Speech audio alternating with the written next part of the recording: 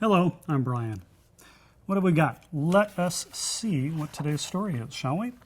Oh, hold on. Let's try this one. Oh, this one's even better. Here we go. Michael's Magic Sprinkle Sauce. Michael Pernicious Fezmutter was a very happy boy. In fact, I think it's safe to say that Michael Pernicious Fezmutter was the happiest boy on the entire planet. Which is saying something, considering that at that moment, somewhere on planet Earth, there just had to be some boy hitting a game-winning home run or finding the absolutely perfect pond to catch frogs in, or any number of other things that make little boys extremely happy. But no matter how happy some little boy was somewhere else on Earth, Michael Pernicious Fezmutter was sure to be happier. Let's face it, it's not every day that a boy stumbles upon a way to make every type of food taste like the best thing you've ever tasted in your life. But that's just what happened to Michael. Like most any other boy, Michael hated his share of foods that his mother put on his plate at dinner time. Brussels sprouts made him turn shades of green that you normally only see in the zoo reptile house. The smell of liver made his tummy do the type of flip-flops that would rate perfect score in a gymnastics contest. And given a choice between eating beets and a plate full of worms, he'd have to think long and hard on which one he'd choose. But on this day, that all changed. Michael was playing with his Little Wizard chemistry set that his dad got him for his birthday, failing miserably at trying to change a sickly blue liquid into an icky orange liquid. His dad made a big deal of the fact that this Little Wizard chemistry set was the last one in the store. In fact, the last one ever.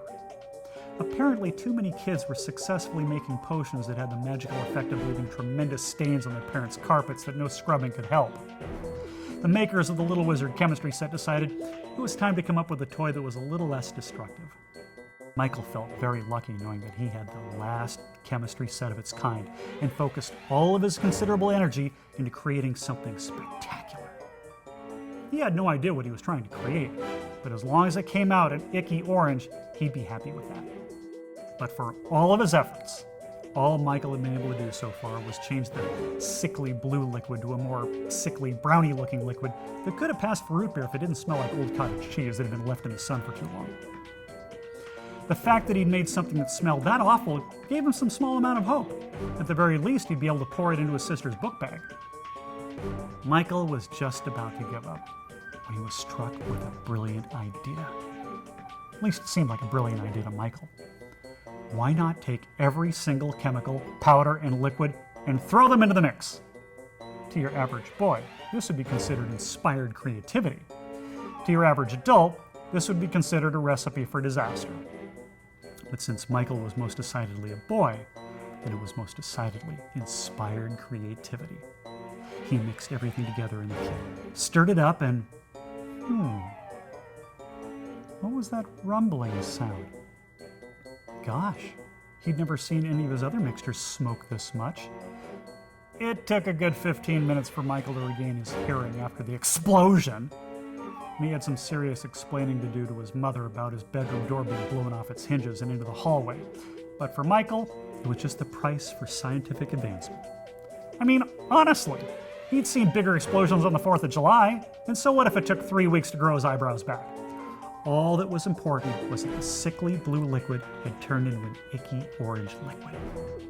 Michael took a sniff of the test tube. After deciding that the icky brown liquid didn't smell any worse than when his sister tried to make her tuna bologna surprise, he took a sip. At first, nothing. But then, something.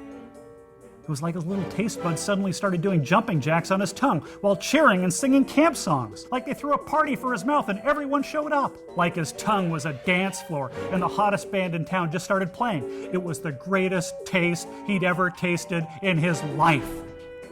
Michael raced upstairs with his newly discovered potion, eager to try it on whenever he could find in the kitchen. He fished out a moldy piece of cheese that had started turning green and hairy, and he sprinkled it with a drop from the test tube. He closed his eyes and took a chomp of the moldy cheese, expecting to spit it out instantly. But it didn't taste like green, hairy cheese. It tasted like warm, chewy chocolate chip cookies. He poured a drop on some of his mother's leftover 3-bean salad, the salad that Michael always secretly fed to his dog Farfel below the dinner table. When he took a bite, he didn't taste 3-bean salad, or even 4-bean salad. It tasted like strawberry shortcake with whipped cream. Michael tore through the refrigerator, sprinkling anything that normally tasted horrible. Rutabagas tasted like candy canes. Deviled eggs tasted like devil's food cake. The tuna bologna surprise tasted surprisingly like jelly beans.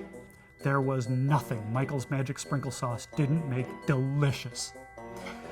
Yes, at that moment, there was no happier boy on the planet. Too bad it didn't last very long. In the next moment, as Michael was turning away from the refrigerator, Farfel's doggy door that leads from the garage into the kitchen swung open directly beside him, and Farfel came charging through. Michael never even had a chance. Farfel hit him at full speed, jumping up, his front paws hitting Michael directly in the chest. The next few seconds seemed to pass in slow motion to Michael. He saw Farfel's furry face inches away from his own, but what was going on out of the corner of his eye is what had his full attention. The impact of Farfel knocked Michael flying backwards, and the test tube with the magic sprinkle sauce went flying as well. Michael could see the test tube slip from his hand, spinning through the air. And in that moment, couldn't help but think how pretty the icky orange liquid looked as it spread across the white linoleum floor right after the test tube smashed to bits. Then things got even worse. Before Michael could gather his wits about him, Farfel went scrambling over him and made a beeline for the sprinkle sauce oozing across the kitchen floor. Farfel! But Farfel didn't seem to be listening. He was lapping up the magic sprinkle sauce like it was the greatest thing he'd ever tasted, which it quite probably was. Within seconds, the floor was spotless. Michael slowly made his way back to his room. The explosion had created quite a mess. A few of his posters on the walls were a bit singed, and there was nothing left of his Little Wizard chemistry set but a dark stain on the carpet. That night, after a full evening of scolding from his parents for blowing up his room, Michael sat down for dinner. 3-bean salad. At that moment, Michael Pernicious Fezmutter was the unhappiest boy on the entire planet.